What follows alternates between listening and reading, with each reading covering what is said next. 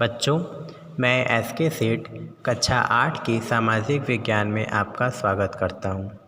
बच्चों, आज हम पाठ 3 अंग्रेज़ों की कूटनीति भाग 2 के बारे में अध्ययन करेंगे।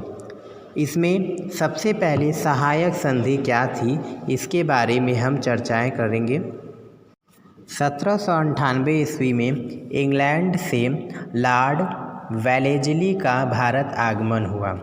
राज्य विस्तार का इसे अच्छा खासा अनुभव था। वेलेज़ली ने स्थानीय राजाओं को अपनी ओर मिलाने अथवा उनके राज्यों पर कब्जा जमाने की नीति बनाई एवं एक योजना भी तैयार की। इस योजना को वेलेज़ली की सहायक संधि कहा जाता है। इन योजना में स्थानीय राजाओं पर यह दबाव डाला गया कि वे अंग्रेज़ों के अधीन हो जाएं, अर्थात उन्हें जो कुछ भी करना है वो अंग्रेज़ के अनुमति अर्थात आज्ञा के अनुसार ही करेंगे। नंबर 2, संधि पर हस्ताक्षर करने वाले राज्य और शासक कंपनी के अधीन रहेंगे, वो कभी भी कुछ अपने मन से नहीं कर सकते हैं। नंबर 3, प्रत्येक शासक को अपने राज्य की राजधानी में अंग्रेज रेजिडेंट रखना होगा जो संपूर्ण राज्य पर निगरानी करेगा।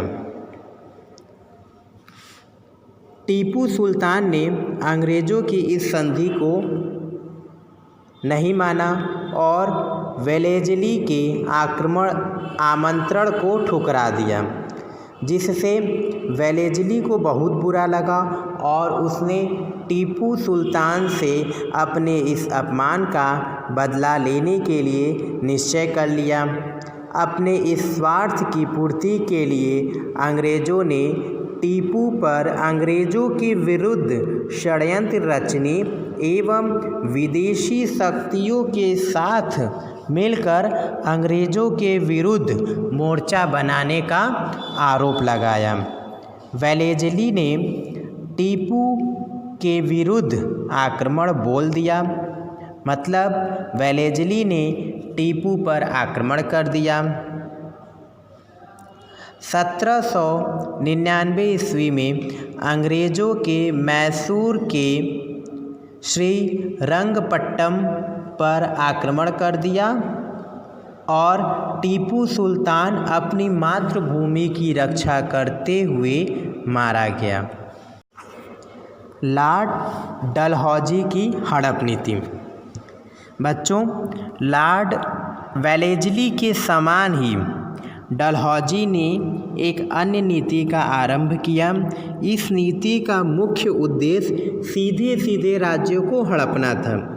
अंग्रेजी शासन बहुत ही शक्तिशाली हो चला था एवं अधिकांश राज्य इनके अधीन हो गए थे।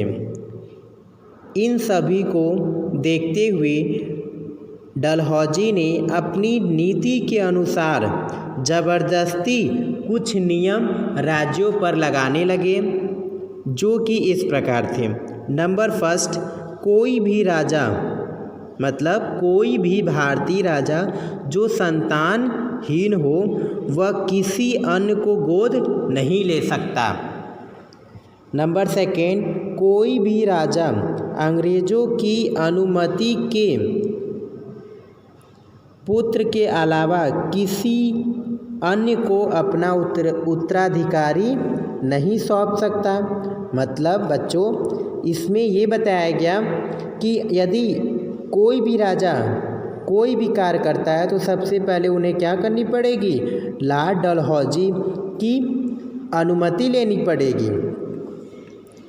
इस सूरत में राज्यों पर सीधा अंग्रेज़ों का अधिकार होने लगा।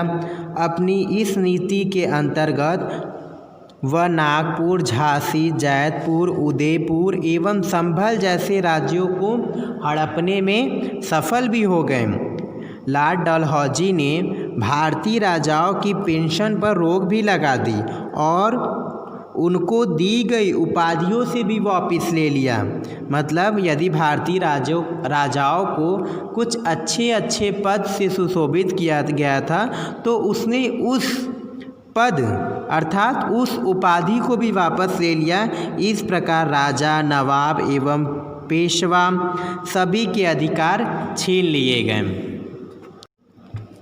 बच्चों, अब हम इस चैप्टर के सबसे लास्ट पॉइंट के बारे में पढ़ते हैं। अंग्रेज़ों की सफलता का रहस्य क्या था, इसके बारे में हम कुछ महत्वपूर्ण बिंदु समझते हैं। अंग्रेज़ों के सफल होने के पीछे उनकी ठोस पहल, मानसिक दृढ़ता और सैन्य शक्ति के अतिरिक्त भी कई ऐसे बिंदु थे जो कि हमें जानना बहुत ही महत्वपूर्ण है। नंबर फर्स्ट, अंग्रेज सेनाओं में अत्यंत कुशल एवं प्रशिक्षित सैनिक थे जो हर परिस्थिति में युद्ध करने के लिए अभ्यस्त मतलब तैयार थे। अंग्रेजी सेना के पास बहुत ही अधिक विस्फोटक और आग्नेय शस्त्रों का प्रचुर भंडार था। इनके पास बड़ी बड़ी बंदूकें एवं तोपें भी थीं।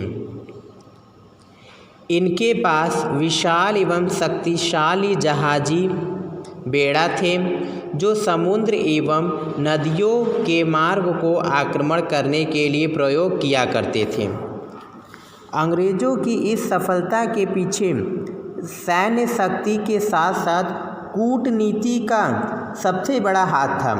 अंग्रेज़ों की सबसे बड़ी नीति थी फूट डालो और राज्य करो, जिसमें वो अत्यधिक सफल भी हुए। भारतीय राजाओं में एकता एवं आपस में भाईचारे की कमी थी, इसलिए अंग्रेज़ों ने फूट डालो और राज्य करो इस नीति में वो सफल हो गए और उन्होंने भारत पर राज्य करना स्टार्ट कर दिया।